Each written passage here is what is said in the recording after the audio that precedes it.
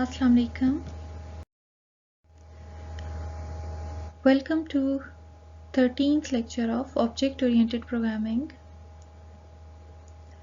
आज के लेक्चर में हम कंस्ट्रक्टर ओवरलोडिंग के कॉन्सेप्ट को स्टडी करेंगे। प्रीवियस लेक्चर में हमने इंट्रोडक्शन टू क्लास कंस्ट्रक्टर को थोड़ली देखा, जिसमें हमने देखा कि कंस्ट्रक्टर जो है वो क्लास का एक स्पेशल मेथड होता है। कंस्ट्रक्टर मेथड जो है वो बहुत सी सिमिलैरिटीज रखता है क्लास के इंस्टेंस मेथड के साथ। ठीक है, लाइक जैसे एक इंस्टेंस मेथड का जो है हमारे पास एक नेम होता है, उसी तरह से कंस्ट्रक्टर का एक नेम होता है, लेकिन क्या है कि वो नेम हमेशा वही होता है जो उस क्लास का नेम होता है। इसी तरह कंस्ट्रक्टर के जो है वो भी डिफरेंट आर्गुमेंट्स लेता है और उसकी भी बॉडी होती है। लेकिन जो एक मेन डिफरेंस है कंस्ट्रक्टर और इंस्टेंस मेथड में वो ये है कि कंस्ट्रक्टर की कोई रिटर्न टाइप नहीं होती है। इसके साथ ही हमने प्रीवियस लेक्चर में एक कंसोल एप्लीकेशन जो है वो क्रिएट की थी to understand the working of constructor, जिसमें हमने देखा कि हम एक क्लास के अंदर कंस्ट्रक्टर को कैसे डिफाइन कर सकते हैं और वो कंस्ट्रक्टर जो है वो कब ऑटोमेटिकली एग्जीक्यूट होता है और कैसे ऑटोमेटिकली एग्जीक्यूट होता है जब हम जो है उस क्लास का ऑब्जेक्ट डिक्लेयर करते हैं। उसके साथ ही हमने एक और एग्जांपल देखी जिसमें हमने क्लास कंस्ट्रक्टर की यूटिलिटी और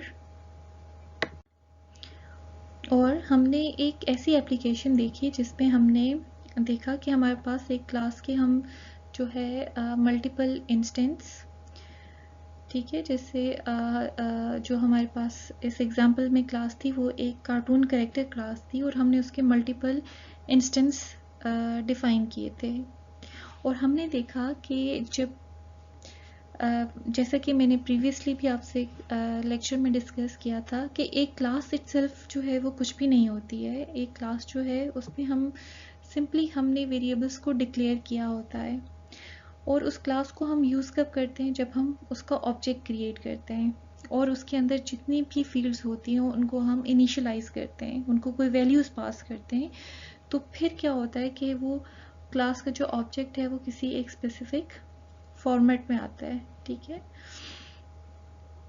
तो हमने देखा कि वो जो क्लास हमारे पास कार्टून कैरेक्टर थी उसको जब भी हम उसका एक कैरेक्टर क्रिएट करते थे तो कुछ स्पेसिफिक एट्रीब्यूट्स थे जो हमें पास करने पड़ते थे, जिसके बगैर एक जो है ऑब्जेक्ट एक यूनिक ऑब्जेक्ट क्रिएट नहीं हो सकती थी और वो एट्रीब्यूट्स हमें हमेशा पास करने पड़ते थे जब भी हमें कोई जो है वो ऑब्जेक्ट क्रिएट करनी पड़ती थी। तो हमने देखा कि जब हम इस तरह से मल्टीपल ऑब्जेक्ट्स क्रिएट करते हैं किसी भी क्लास की, तो स्पेशली वो एट्रीब्यूट्स जो कि उस ऑब्जेक्ट की कंस्ट्रक्शन के लिए, उस ऑब्जेक्ट की फॉर्मेशन के लिए जो है वो रिक्वायर्ड होते हैं, वो हमें रिपीटेडली जो है वो देने पड़ते हैं। तो इस रेपिटेशन को हमने देखा कि क्लास के कंस्ट्रक्टर के थ्रू हम इजीली हैंडल कर सकते हैं और ऐसे एट्रीब्यूट्स जो हमें हर दफ़ा देने पड़ते हैं जब हम किसी भी क्लास का एक नया ऑब्जेक्ट क्रिएट करते हैं, तो हमने देखा कि उसके लिए हमने क्लास के अंदर एक कंस्ट्रक्टर डिफाइन किया और उसको वो पैरामीटर्स पास कर दिए। ठीक है, और ऐसे कंस्ट्रक्टर को हम पैरामीटराइज्ड कंस्ट्रक्टर कहते हैं। एनीवेज, प्रीवियस जो हमारा लेक्चर था उसमें आपको एक क्लास के कंस्ट्रक्टर का इंट्रोडक्शन हो गया था, आपको ये आइडिया हो गया कि क्लास में जो है वो कंस्ट्रक्टर कैसे यूज़ किया जाता है और उसको यूज़ करने का क्या फ़ायदा होता है। ठीक है, आज के लेक्चर में हम कंस्ट्रक्टर ओवरलोडिंग का कॉन्सेप्ट देखेंगे। ठीक है, हम थॉरली इस चीज़ को अंडरस्टैंड करेंगे कि कंस्ट्रक्टर ओवरलोडिंग क्या होती है। ठीक है, इसको हम इनिशियली एक सिंपल सी एग्जांपल से पहले तो ये समझेंगे कि कंस्ट्रक्टर ओवरलोडिंग हम किसको कहते हैं। ठीक है, और उसके बाद जो हमारी नेक्स्ट एग्जांपल है विच इज़ एग्जांपल 2, उसमें हम इस चीज़ को अंडरस्टैंड करेंगे कि कंस्ट्रक्टर ओवरलोडिंग जो है उसकी क्या यूटिलिटी है और why do we need it. ठीक है, उसका क्या फ़ायदा है, उसको हम एक एग्जांपल से देखेंगे। उसके साथ ही हम constructor with default parameter values के कॉन्सेप्ट को देखेंगे और हम देखेंगे कि ये कॉन्सेप्ट जो है वो किस तरह से कंस्ट्रक्टर ओवरलोडिंग से रिलेटेड है।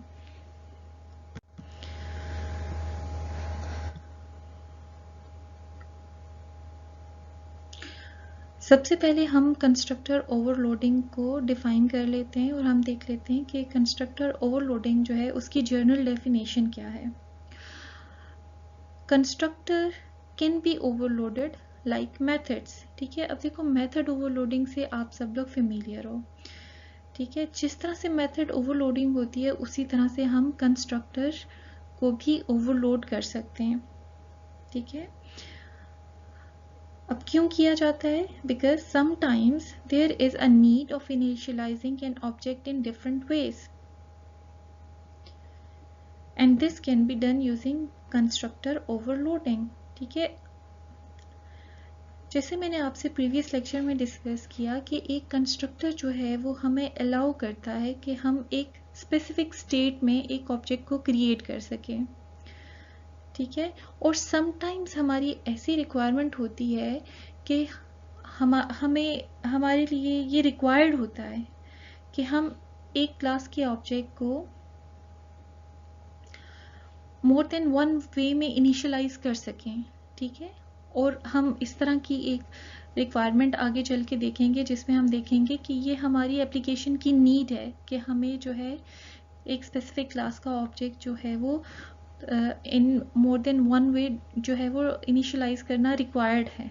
ठीक है, तो जब हमारे पास ऐसी रिक्वायरमेंट आती है कि हमें क्लास का जो ऑब्जेक्ट है वो in more than one way we need to initialize it, तो फिर हम जो है कंस्ट्रक्टर ओवरलोडिंग का कॉन्सेप्ट यूज करते हैं। Overloaded constructors essentially have the same name. ठीक है, नेम ऑफ द क्लास। अब क्या होता है कि हमें पता है कि कंस्ट्रक्टर एक स्पेशल मेथड होता है जिसका नाम एग्जैक्टली वही होता है जो क्लास का नेम होता है। ठीक है, और अब जब ओवरलोडिंग की बात होगी तो अगेन क्या होगा कि मीन्स के हमारे पास मल्टीपल मेथड्स होंगे सेम नेम के साथ, जो कि क्या है basically name of the class. ठीक है, and different number of arguments.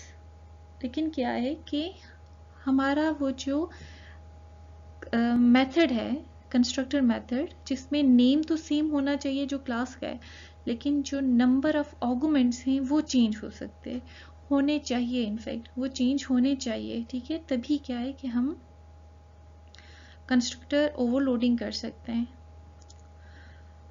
A constructor is called depending upon the number and type of the arguments pass. ठीक है, और बिल्कुल जिस तरह से हमने देखा कि मेथड ओवरलोडिंग में क्या होता है कि हम जो मेथड डिफाइन करते हैं और उसमें जो भी हम जितने भी नंबर ऑफ आर्गुमेंट्स और उनकी जो डेटा टाइप्स होती हैं उसके अकॉर्डिंगली कंपाइलर खुद से मैच करके फिर उस मेथड को एग्जीक्यूट कर देता है। ठीक है, जो वहाँ पे कॉल हो रहा होता है। तो exactly the same case is with constructor overloading. A constructor is called depending upon the number and type of the arguments passed, कि उसको जो भी आर्गुमेंट्स पास किए जाते हैं उनका नंबर और उनकी टाइप की बेस के ऊपर जो ओवरलोडेड कंस्ट्रक्टर्स होते हैं उसमें से जो अप्रोप्रिएट कंस्ट्रक्टर होता है वो कॉल किया जाता है। ठीक है, इसको हम अभी आगे एग्जांपल के साथ देख लेते हैं।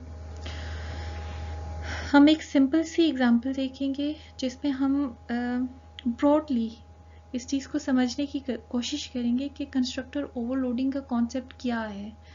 ठीक है, और उसके बाद फिर हम इसको सी शार्प की डिमॉन्स्ट्रेशन में देखेंगे। ठीक है, यहाँ पे आप देखो कि हमारे पास एक क्लास स्टूडेंट है। ठीक है, एक क्लास हमारे पास स्टूडेंट आ रही है और आप देखो कि उसमें क्या है कि हमारे पास ये तीन जो है पैरामीटर्स हैं या वेरिएबल्स हैं। ठीक है, अब आप यहाँ पे देखो कि हमारे पास तीन मेथड्स आ रहे हैं सेम नेम के। ठीक है, स्टूडेंट स्टूडेंट स्टूडेंट। ठीक है, और ये तीनों मेथड जो हैं बेसिकली क्या है कंस्ट्रक्टर्स हैं। ठीक है, इस क्लास के कंस्ट्रक्टर्स हैं, क्योंकि आप देखो कि इन मेथड्स का नेम और इस क्लास का नेम सेम है, तो ये क्या है, ये इस क्लास के कंस्ट्रक्टर्स हैं। लेकिन यहाँ पे क्या हो रही है, कंस्ट्रक्टर ओवरलोडिंग हो रही है। ठीक है, आप देखो नेम तो सेम है, लेकिन क्या है कि number and data type of argument is different. तो ये क्या हो रही है, ये कंस्ट्रक्टर ओवरलोडिंग हो रही है। ठीक है, एग्जैक्टली कंस्ट्रक्टर ओवरलोडिंग उसी तरह से होती है जिस तरह से मेथड ओवरलोडिंग की जाती है। ठीक है, लेकिन वही जो एक मेन कैरेक्टरिस्टिक है कंस्ट्रक्टर की कि उसकी रिटर्न टाइप नहीं होती। ठीक है, वो एक डिफरेंस इट इज देयर। लेकिन बाकी आप देखो कि कंस्ट्रक्टर ओवरलोडिंग बिल्कुल उसी तरह से होती है जिस तरह से मेथड ओवरलोडिंग होती है। Same method name but different number and data types of argument. ठीक है, अब हम देखते हैं कि किस तरह से जब हम उस क्लास का ऑब्जेक्ट क्रिएट करेंगे तो हमारे ऑब्जेक्ट के क्रिएट करने की बेस पे जो है एप्रोप्रिएट कंस्ट्रक्टर कॉल होता है। ठीक है, अब आप देखो फॉर इंस्टेंस अगर हम जो ये क्लास स्टूडेंट है उसका ऑब्जेक्ट जो है वो हम इस तरह से डिफ़ॉल्ट कंस्ट्रक्टर के साथ क्रिएट कर रहे हैं। ठीक है, अब देखो हमने लास्ट लेक्चर में ये डिस्कस किया था कि डिफ़ॉल्ट कंस्ट्रक्टर एक ऐसा कंस्ट्रक्टर होता है जो कोई भी आर्गुमेंट्स नहीं ले रहा होता। ठीक है, और यहाँ पे आप देखो कि क्या है, यहाँ पे हम कोई भी आर्गुमेंट्स पास नहीं करें, तो मीन्स कि हम यहाँ पे अब क्या करें, हम यहाँ पे डिफ़ॉल्ट कंस्ट्रक्टर को कॉल करेंगे। ठीक है, और अब क्या होगी कि हमारी ये जो ऑब्जेक्ट है वो डिफ़ॉल्ट कंस्ट्रक्टर की बेस के ऊपर क्रिएट होगी। ठीक है, और जितने भी ये जो वेरिएबल्स हैं वो इन वैल्यूज़ के साथ इनिशियलाइज हो जाएंगे। ठीक है, ओके, लेट्स से हम कहते हैं कि हमारे इस उसी एप्लीकेशन के इन बिटवीन हमारे पास एक ऐसी रिक्वायरमेंट आ जाती है कि अब हमने स्टूडेंट जो है वो देखो, जब हमने डिफ़ॉल्ट कंस्ट्रक्टर के साथ स्टूडेंट क्रिएट किया तो वो एक ब्लैंक स्टूडेंट था। ठीक है, लेकिन अब लेट्स से कि हमारे पास एक ऐसी रिक्वायरमेंट आ जाती है कि हमने स्टूडेंट क्रिएट करना है और उसका एक रोल नंबर भी है हमारे पास।